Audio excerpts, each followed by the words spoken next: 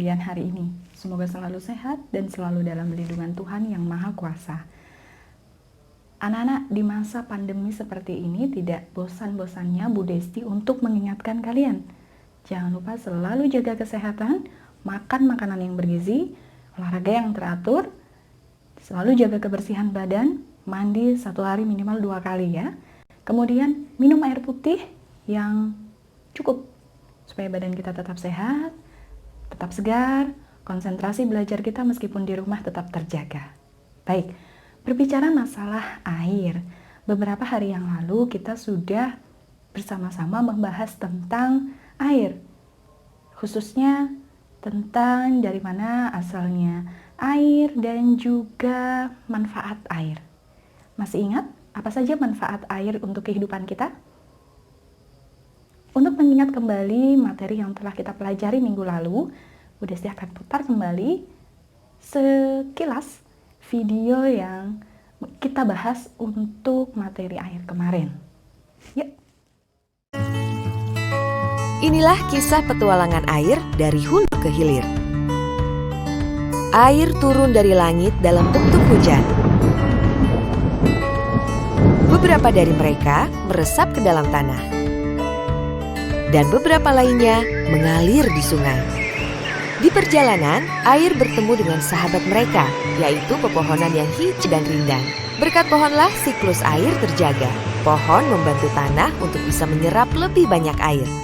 Lalu, apa jadinya bila pohon banyak ditebangi? Akibatnya, tanah tidak bisa menyerap air dengan baik. Ditambah sinar matahari yang terlalu banyak diserap membuat tanah menjadi kering dan gersang. Ditambah dengan kebiasaan membuang sampah ke sungai yang akan menjadikan sungai kotor dan aliran airnya terganggu. Dan saat curah hujan tinggi, banjir dan longsor bisa saja terjadi. Begitu juga dengan pembuangan limbah pabrik yang dapat merusak ekosistem sungai, sehingga kesehatan masyarakat bisa saja terganggu. Jadi, apa yang harus dilakukan? Seharusnya, sistem tebang pilih dilakukan saat penebangan hutan, melakukan rehabilitasi atau penanaman kembali hutan yang gundul, serta jangan pernah membuang sampah dan limbah pabrik ke sungai. Menjaga air berarti menjaga kehidupan. Ingin melakukan perubahan demi kehidupan yang lebih baik? Mengenal manfaat air. Halo adik-adik, siapa yang suka minum air?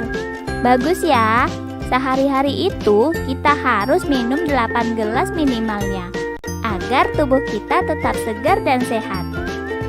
Tahukah kamu manfaat air itu apa saja sih? Mari kita jawab ya.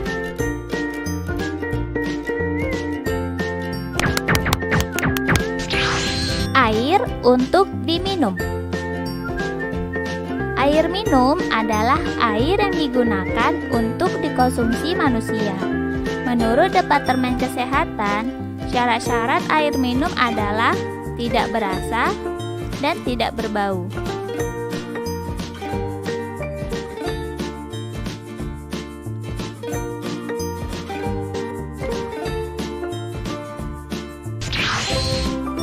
Air untuk memasak.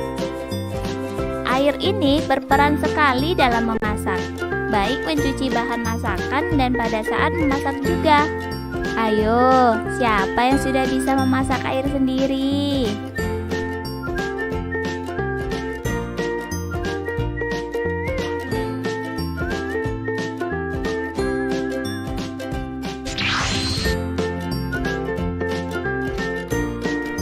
Mandi. Air itu berguna untuk mandi. Bayangkan kalau nggak mandi, badan jadi kotor dan bau ya. Untung ada air. Badan bisa segar dan bersih kembali. Siapa yang udah mandi?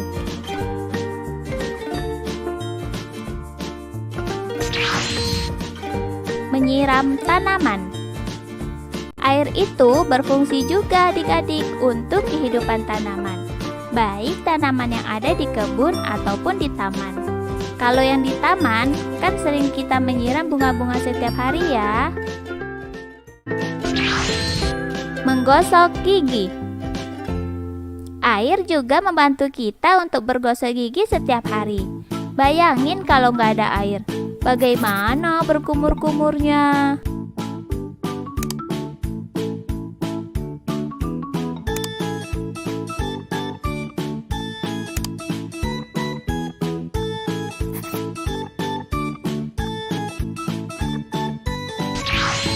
Mengairi sawah. Air juga sangat membantu Pak Tani loh untuk memelihara sawahnya. Di desa-desa, banyak kita melihat aliran air untuk mengairi sawah-sawah supaya tanamannya subur.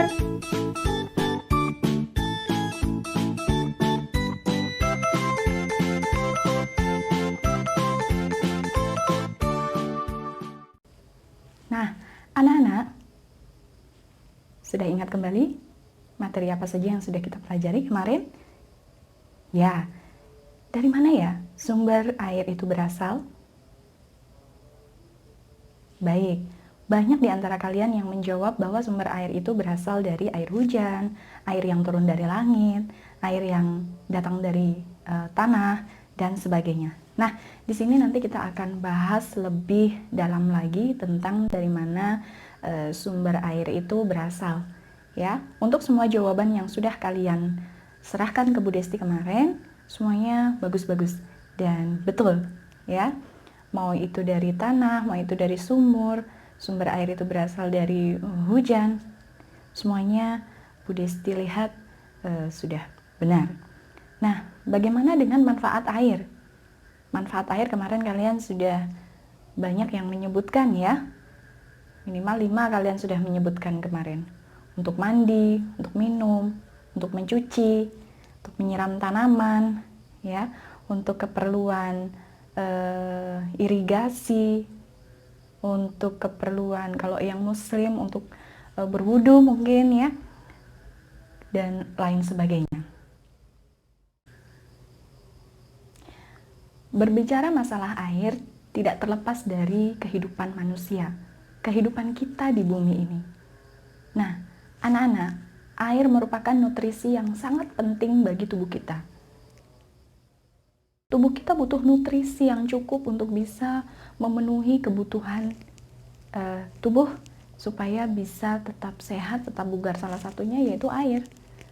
Nah, kalau tubuh kita kekurangan air, maka tubuh kita akan mengalami dehidrasi atau lemas, tidak bertenaga, dan bagi kalian yang sedang belajar bisa kehilangan konsentrasi. Oleh karena itu anak-anak, kalian harus tetap menjaga asupan nutrisi mineral atau air di dalam tubuh kalian masing-masing supaya kegiatan kita, aktivitas kita sehari-hari bisa berjalan dengan baik. Nah, hari ini kalian sudah minum atau belum?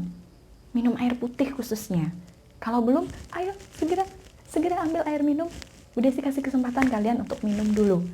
Minum air putih secukupnya, satu hari minimal 8 gelas atau 2 liter. Kalau lebih bagus lagi. Apalagi bagi kalian yang aktivitasnya memerlukan tenaga ekstra dan mengeluarkan keringat banyak. Tentu membutuhkan asupan air yang lebih banyak pula. Pastikan tubuh kalian tidak kekurangan air.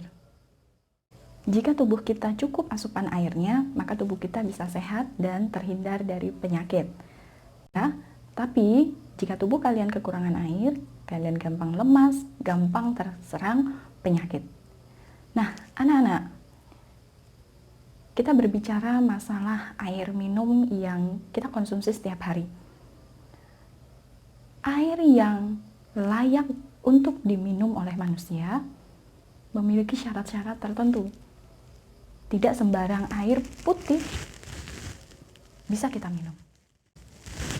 Air yang layak kita minum tidak cukup hanya bersih saja, tetapi juga harus sehat dan harus diolah terlebih dahulu. Kalau zaman modern seperti sekarang ini, air yang diolah bisa melalui proses penyaringan menggunakan filter. Atau bisa juga melalui proses perebusan. Rebus air yang akan kalian minum hingga mendidih, tujuannya supaya kuman dan bakteri penyakit yang ada di dalam air tersebut bisa mati.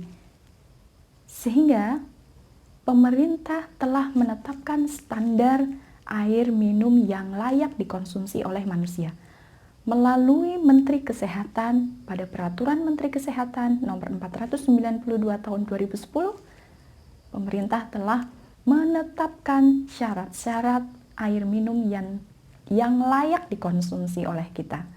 Apa saja syarat-syaratnya? Yang pertama harus memenuhi syarat fisik. Yang kedua harus memenuhi syarat kimiawi, dan yang ketiga memenuhi syarat mikrobiologi. Syarat yang pertama, air itu harus berwarna bening atau jernih. Kemudian, air tidak berasa, tidak berwarna, dan tidak berbau, tidak memiliki endapan, dan memiliki suhu ruang. Syarat yang kedua, berdasarkan syarat kimiawi, air yang layak minum untuk manusia harus mengandung cukup zat-zat mineral yang diperlukan oleh tubuh dan tidak mengandung bahan-bahan beracun. Selain itu, air juga harus memiliki pH netral yang memiliki cukup yodium. Syarat yang ketiga yaitu syarat mikrobiologi. Air yang layak kita minum harus terbebas dari kuman dan bakteri penyebab penyakit. Sehingga anak-anak pastikan bahwa air minum yang kalian konsumsi sudah masuk ke dalam 3 syarat-syarat yang sudah ditetapkan oleh Peraturan Menteri Kesehatan Nomor 492 Tahun 2010. Syarat-syarat ini sudah melalui tes dan dinyatakan lulus uji Badan Pengawasan Obat dan Makanan. Untuk selanjutnya kita akan membahas tentang dari mana sumber air itu berasal. Nah, sumber air yang ada di permukaan bumi kita, yang ada di kehidupan kita ini berasal dari sumber yang berbeda-beda. Nah, jika kita menggolongkan dari mana sumber-sumber air itu berasal, baik kita perhatikan penjelasan berikut ini. Untuk jawaban-jawaban yang sudah kalian sampaikan kemarin, kita bisa golongkan jawaban kalian ke dalam beberapa klasifikasi berikut. Nah, untuk yang pertama, sumber air itu berasal dari air angkasa. Kalian pasti tahu kalau kita sudah menyebut angkasa. Ya, air angkasa itu berasal dari air hujan.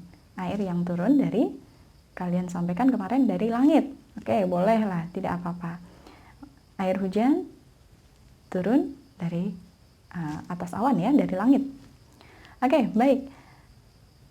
Untuk air hujan ini belum bisa kita konsumsi langsung atau tidak bisa kita pergunakan langsung karena masih terkontaminasi oleh beberapa zat yang kita tidak tahu selama perjalanan air hujan itu. Jadi ketika kalian menampung air hujan pun untuk kebutuhan kalian sehari-hari,